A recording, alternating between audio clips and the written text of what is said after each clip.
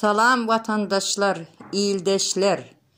Ulu haram gitti, kiçisi geldi. Halkın yari özge ile kul oldu.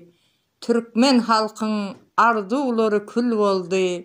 Bir gayrat yolbaşçılar, bolşunuzdan utanın. Bizim vatanımız gün günden çökyer. İş tapman halkımız vatandan çıkyer. Çağılar enenin zarını çekyer. Bir gayrat yolbaşçılar, bolşunuzdan utanın. Köşkü aldı oğru bilen lolular. İyicemiz qayığı oldu bugünler.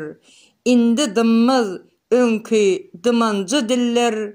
Bir gayrat yolbaşçılar, bolşunuzdan utanın. Ähli zadın sonu ahir gelýändir. Uçgundan ullakan yangın bolýandyr. Halkın size uly hop salýandyr. Bir gayrat yolbaşçılar, bolşunuzdan utanın.